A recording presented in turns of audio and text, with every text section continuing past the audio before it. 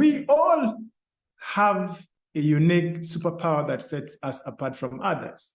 And that is what we established last week. That is what we saw last week when we're looking at part 1. We saw that God has uniquely created each one of us with a purpose, with a superpower, with your creative space. So today we are going to move forward to look at the pointers, what will help us. That is what we established last week. However, majority of us fail to recognize and utilize our superpower, our purpose. This is what I want to start with. But in the meantime, welcome to our Tuesday. We are back again, and we are looking at the kingdom principles for successful coaching. All right, so majority of us fail to recognize our purpose. We fail to operate in it. And I think here's the challenge. Here's the challenge. I see this with most entrepreneurs. Instead of them trying to improve, or instead of you trying to improve upon your weaknesses, focus on your strength. Focus on your strength. So as we start this session this evening, I want to share with us some valuable insights that I have gained from my small experience, or popular known as your superpower or your creative space, into your business. How do you make it your business? So let me first start this way. As true as what I'm saying is that indeed we need to be able to incorporate it, that indeed that is the best way we can represent God, or we are supposed to represent God. But our mindset, our own mindset always stops us or frustrates us. So why? Because believe me or not, your mindset plays a crucial role in creating a successful, purpose-centered business. Why? So before I even look at the strategies and techniques to really develop the right mindset, because I think we need to look at that, because without that, we cannot even talk about your purpose, because you will just ignore it. The challenge is this: our greatest superpower often goes unnoticed.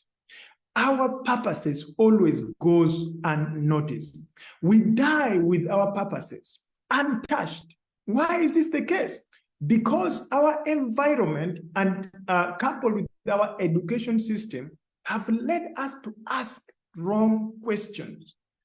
And so in this way, we don't fully explore our potential. What do I mean? See, you will have goals and even begin to live in your creative space, following, or you call it, other people call it following their hobby, other people are following their heart, no matter what it is. But then immediately, the small voice inside us starts to stop us from taking massive actions. Remember that it is the massive actions towards this thing that we've discovered that brings about result. So this internal voice that begins to limit us is a result of limiting beliefs and fears that we've acquired throughout our life.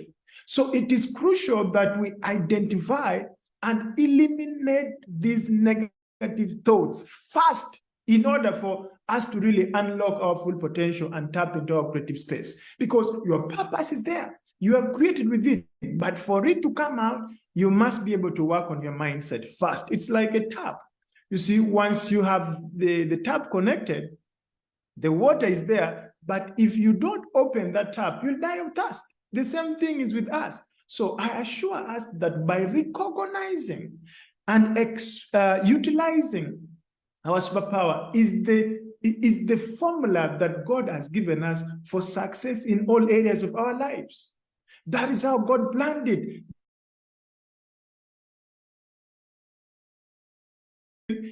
As a result of your service, you'll have the money to be able to do whatever you want. You'll be able to contribute to their lives. You'll be able to make impact. That is how God for other people, is to benefit other people. So unfortunately, many people in our environment today, they want to dictate to us, fail to teach us how to think for ourselves. Most of our environment does not teach us how to think about ourselves. Now, learning to think independently is crucial for achieving success. And you see, this is why I'm starting this way. You see, no one can prevent you from winning if you have the ability to think independently. Why is this important? Your purpose or the superpower is inside of you. You must learn to think for yourself. You must learn to thought. You must learn to be able to come home with your own thoughts, to trust your own thoughts. So you must learn the art of thinking for yourself. For example, you see, a simple question that you might attempt would be is like, what would you attempt to do if you knew failure was not an option? Imagine you started thinking about that simple question. What would you do if you knew failure was not an option? You see, so just thinking about that, if you could let your mind dig deep into that, contemplating that kind of question can help you get true insight into your potential and your aspirations. So, but now, if you don't believe, if you don't trust your own thoughts, that is why I'm starting this way. Because you see, only when you are confident in your own ability can you succeed. Only when we are confident in our ability to succeed, we must first be confident in our ability to succeed. So if we are not that, then we cannot even take actions.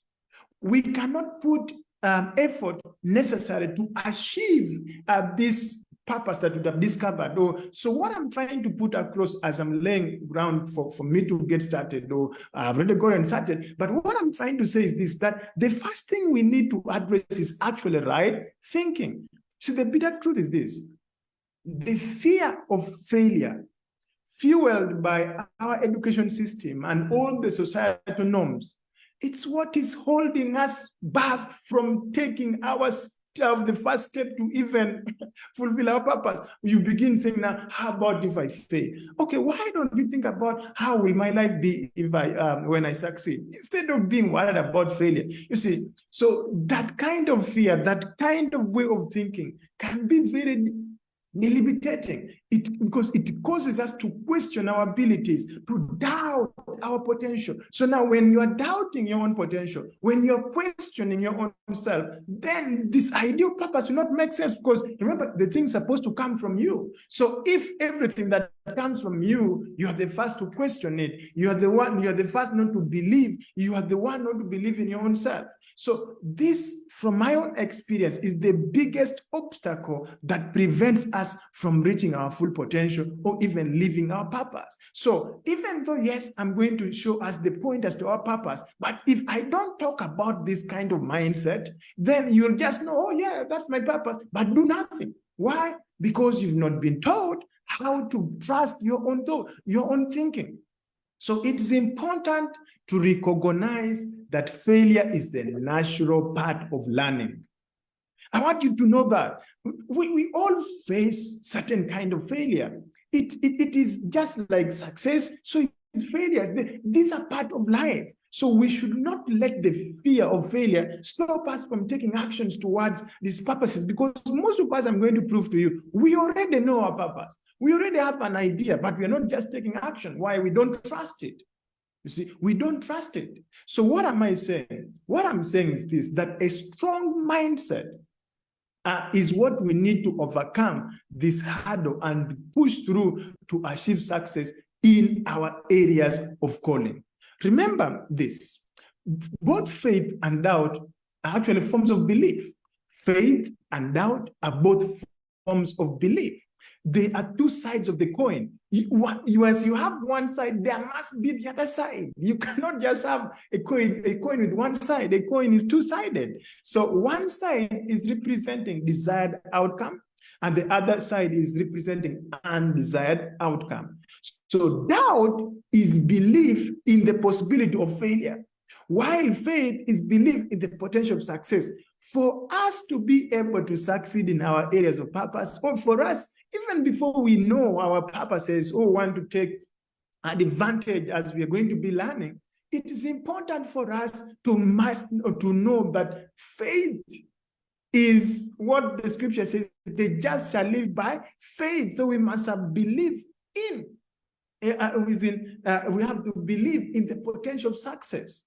So it's important to recognize that both faith and doubt are powerful things that shape our reality and ultimately determine the outcome of our actions. So when we allow to create doubt in our own minds, it prevents us to take actions for the very thing that our heart is telling us.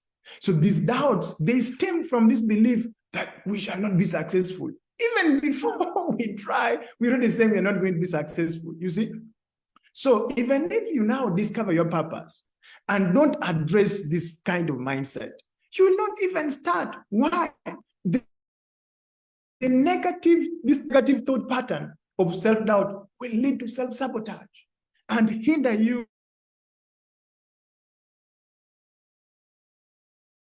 achieving success in your area of calling. So it's therefore important to recognize that these kind of doubts and to challenge them and replace them with positive, empowering thoughts. You must recognize them, that you must come to know that this is something I'm created to do. And so find it and to be able to serve the world. Any thought that doesn't support that, shatter it, remove it away. So what I'm trying to say is that shifting our mindset to overcome these self-imposed obstacles will increase our chances of achieving or operating in our purpose. So don't forget again, our beliefs are often formed by our past experiences and information that you are living your life forward based on what you believed or what you grew up seeing. You must believe God. You must believe what the others have taught you. So those past events or things that we've had other people say about ourselves are lies. Don't believe them, they're lies. Because once we now get these past experiences and what people have said about us, and then we add context to those kind of things, we start to focus on them, and that is that breed active thoughts and just keep us down. What am I saying? I'm saying you begin to self-fulfilling prophecy of failure. You begin saying, oh, you see, even though you know your purpose, but I'm going to fail.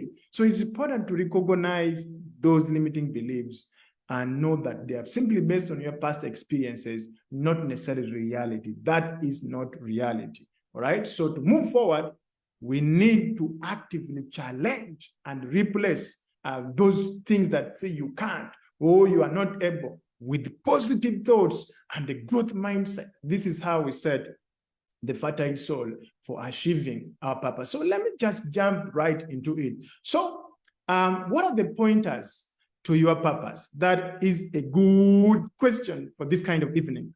Number one, without wasting time, I would want us to start with this. The first pointer would be this. What would you love to do even if you're not paid for? Think about it for a moment. Maybe you would want to write that down. You'd want to write that down. Israel, thank you so much for joining. I'm glad you are with me this evening. The fear of failure should not make us to fail. Exactly. So the first question, I want you to put that down or to note that down. And I am saying, what would you love to do even if you are not paid for it? What would you love to do? Or these are the pointers of purpose. These are the pointers that point to these are the things that will help you. Remember, you need to begin thinking. You need to trust your thought. You need to be able to, to allow what is coming out of you. So the question you should ask yourself: what would you love to do, or what would you nevertheless? What would you do anyway, even though you're not paid for it? Just like I'm training this kind of training this evening, I don't need to collect money to be able to train people on this or teach people this or help people in this. It's natural. It's a natural thing for me. So you have to answer this question for yourself. What is it that is so much in you? I know there are a lot of things you can do for free without being paid, but there is something that it does not even come to your mind that you need to be paid for. talking about this and sharing people and encouraging people and empowering people and showing people strategies and help. I don't even think that I need to be paid for just something that once I have the opportunity, I just do it.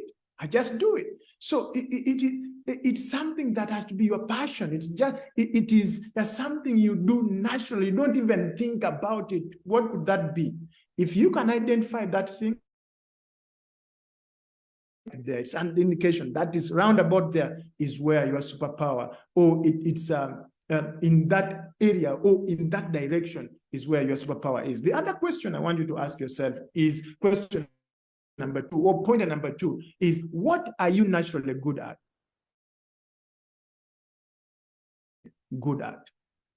What are you naturally good at? Think about it.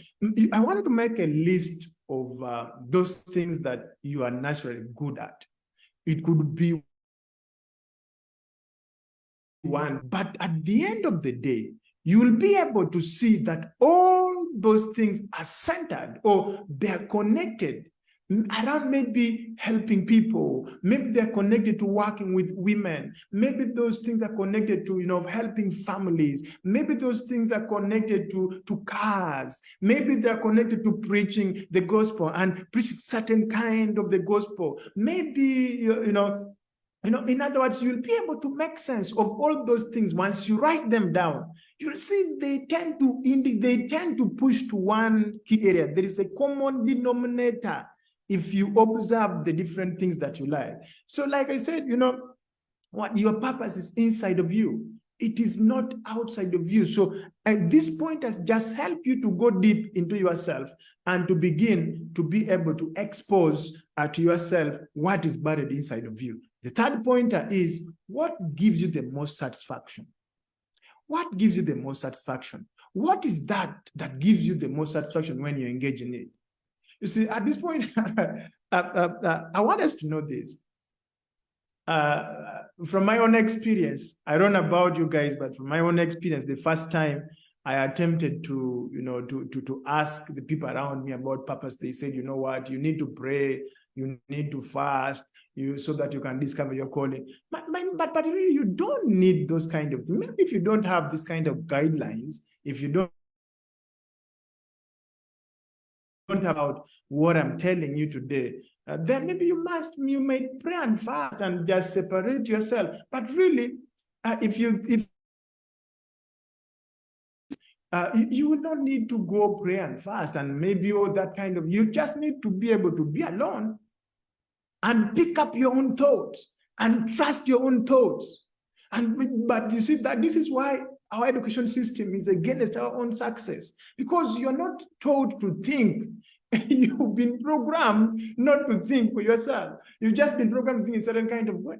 So you need to break away, to begin to think, to begin to trust, to say, no, what, I'm not a failure. It is not about passing exams, about your ability to be able to pick out something within yourself. So you just need to be able to ask yourself the right question. And the question is, what is it that satisfies you the most when you're doing it? What gives you the most satisfaction when you're engaged in it? You see, it's not even a question of consultation with others. You could just write these things down by yourself. Sometimes, of course, consultation with others could still help, but just the right questions are the key. The right questions here are the key. The other question is, what do people notice in you? I think okay, I'll give you this one and then the last one, because if you can just answer one, I have a number of them. I have around 17 of them, but all this maybe just to take you so much in details. But really, if you can answer one of these things well, you don't need to answer all of them. But if you can just answer one and you're sure of, there you would have found your area, you would have found your purpose. So what do people notice in you? What are some of the things that people always notice in you? What this means is that either you will be observant or you read about you. Recollect, what do they commend you or commend you for? Or what do they notice in you? What do they notice all the time about you? Even if you be that are close to you, and ask them, What are the things that you notice in me? That would be a good question. What are the things you notice in me? So if you know people, ask them, what do you see in me? What are my gifts? What do you think are my potentials? You can, if you're married, you can ask your wife, or you can ask your husband, what are the things you think, what are the qualities that you see in me? Because most of the time, we might not be able to see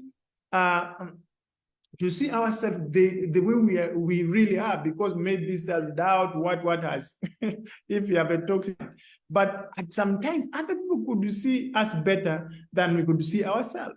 So that's a very good have conversation with people that you trust. This is really very powerful. So, and then for what qualities do people like you most? What qualities do people like you most? What are the likable features and the characteristics people like about you? You see, this is another pointer to what you're supposed to be to do, or what you're supposed to become. Because you see, this area, now the raw material you are going to use to pick up your course topic, to pick up your coaching area. Because once you have discovered that big area, now pick up one of maybe the one you have more knowledge in, maybe the one that of late you've really refined in. The thing about the it's not true that every time you open your mouth, someone is paying you. No, you have to serve people like the one serving you now, and serve them for some time. It means you must be interested in this topic. It means the thing must flow out of you. You must just be yourself. If you are yourself, there's no competition. I know there are a lot of course creator coaches out there. I have no competition because I am myself. I am myself. I know my calling. I know my area. I know the people I've been called for. So there may not be someone who has been called to the very people that have been called for to do the very thing that I've been doing for, inspired by the very thing I'm inspired for. This makes me different. This makes me different. So what are the things that people like about you? What are the qualities that people like about you most? That this will be a pointer to what you're supposed to become. I think maybe, okay, let me give you the last one. Which one is this? Oh, this number, like 7. I've really given you quite a number of them. I said just the answer of one, it's enough. Okay, so what makes you different from others? Think about it. See, oftentimes we become embarrassed because we are different from other people. I'm pausing because that's a big one and affects most of us. We have the tendency to be likable. We want to be liked. So if we want to be liked, then we want to be just like other people. And we lose ourselves in this way. So the next thing that could really actually be a pointer to your purpose is what makes you different from others. The thing that makes you different from others, they are not your shame. Please hear me out. They are not your shame. They are not things that you should be ashamed of. They are not things that you should be embarrassed by. Unfortunately, you see, I don't know how to put words. See, most of the times, the things that differentiate you from others are your blessings. They are your blessings. They are the things that God has decided to use to glorify you, to use to lift you higher, to use to take you to the next level. So your difference is your celebration. Your difference is your money. I wish you could share with me that statement, even when you watch the replay, because I will confirm you've gotten it. Your difference is your celebration. Most of us people, our pigmentation, our our difference. We don't want to bring our accent. We don't want to bring why. Oh, you know, so you find people they go overseas 2 months, someone has changed the way they talk. Losing your asset.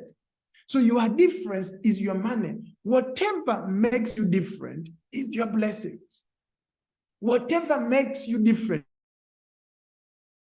whatever makes you different is what you're supposed to become.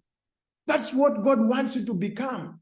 It's your blessing. It's your, I don't know how to put it, it's your anointing, it's your favor from God, that difference.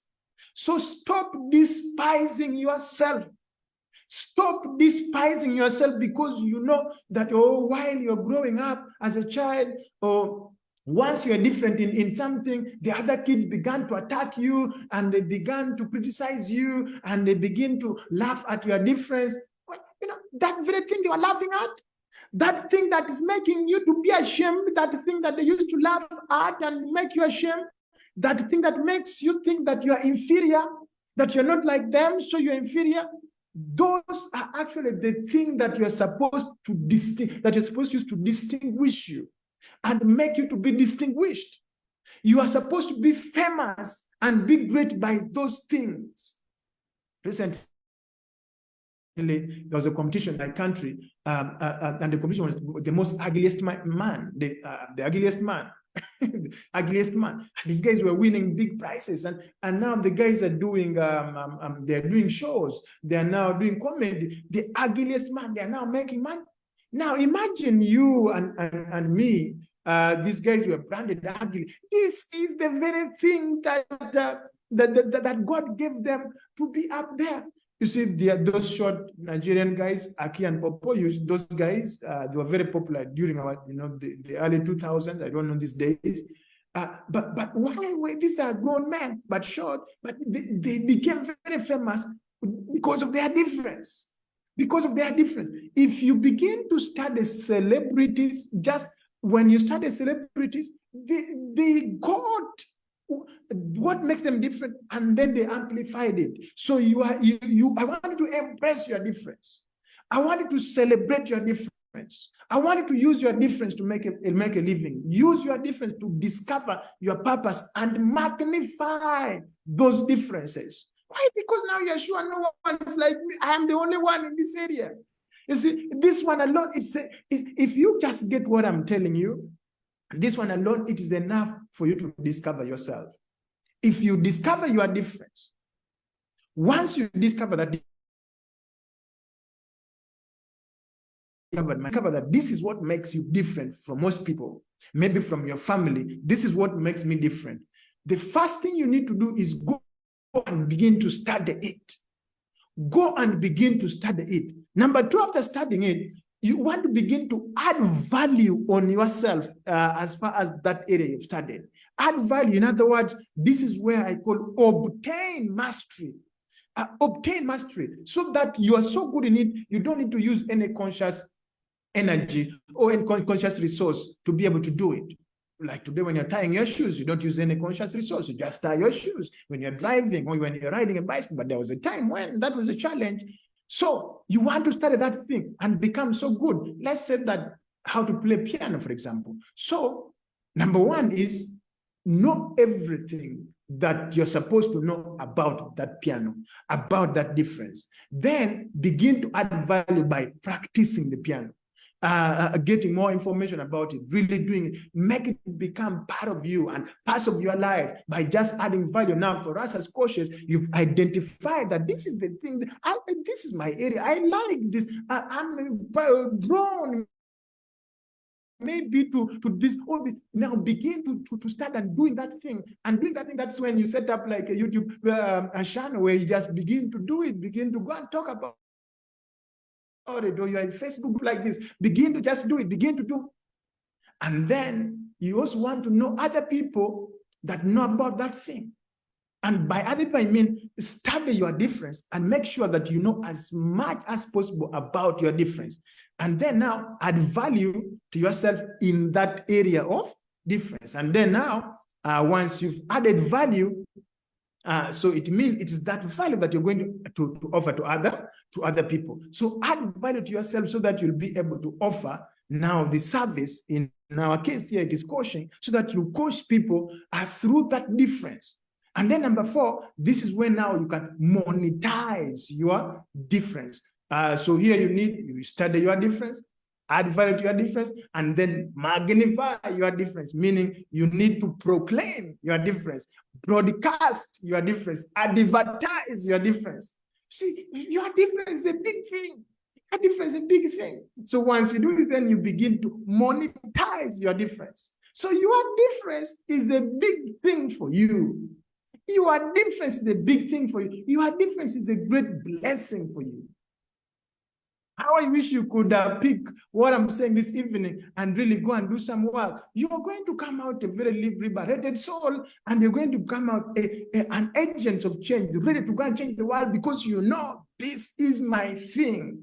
I'm not dying to fit in. I'm coming to stand out.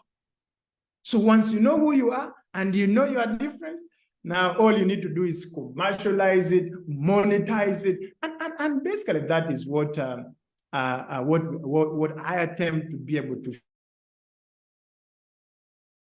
Basically, how do you discover this and begin to commercialize it, begin to monetize it?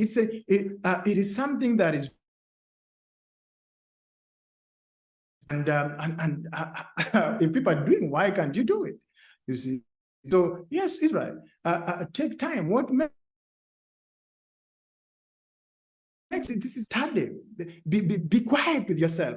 Just identify and said, okay, now I've given you around seven pointers. Go through those 7 pointers. And then when you come to this different study, look at yourself, go back in the past. What did they used to laugh about you, your friends, and what they used not to like about you? You used to feel shy about it, and look for that thing. Look for that thing and begin to study that thing. Begin to add value on that area. Begin to add value on that area. This is how you own up your own space. This is how you begin to charge whatever you're charging, because you know that you have no competition. You know that you're not trying to copy somebody, but you're being yourself. Appreciating and recognizing this powerful coaching session. So this is what I want us to be doing every Tuesday and of course Fridays, being able to study things that will push the needle moving forward as kingdom people, as people who want to be able to put out influence. So we are talking about discovering your superpower, and I have given us a number of pointers. I will be glad if you can go and begin to do work on that. If you work on that, I will definitely see you on the top. Remember that God did not send you here to survive. God sent you here to thrive. God sent you here to solve real problems. And money is a proof that you're solving problems. The moment you don't have money is just an indication that you have not created value and given this value to enough people. You are not, money is simply saying that, you are not valuable enough. And the seed to be valuable is inside of you. It's not outside, it's already inside of you. So what you need is inside. But you see, our school, the school system, us to look outside instead of looking inside. Yet God has already put the seed inside. So this is how you identify this seed and you build your coaching around it. This is how it works. And it becomes so beautiful. It becomes so beautiful. So in case you have some questions, I will be glad to answer. Put it in the comment. Of course, we can't be able to discuss all the pointers, but as I said, any one of these pointers can be able to sort you out. Again, if you feel, you know what, I really need to vote and build my wealth, build my inheritance for my children in line with what God sent me here for, because this is the seed for your wealth, then every Tuesday we are here be able to exchange it, to give it out. You see, I have 4 moves that I always coach my people, my people around me about. Number 1 is that you need to discover. You need to discover your superpower. You need to discover yourself. Number 2 is you need to obtain mastery. You need, that's the part I was your difference. You need to obtain mastery. To do it at a level that you don't even think about it. But number 3 is you need to convert it. That is when you begin to monetize, convert it into some service, into some. Those are the 4 moves that God created, that once we follow them, you cannot get it wrong. Anybody who has ever made money took those 4 things. Those are the things that I have in my life to put it to my students, and has changed anybody's life, whether you've not gone to school, whether you've not, any kind of excuse. If you discover yourself, obtain mastery, convert it, and be able to learn how to exchange it, the rest is history. The rest is history.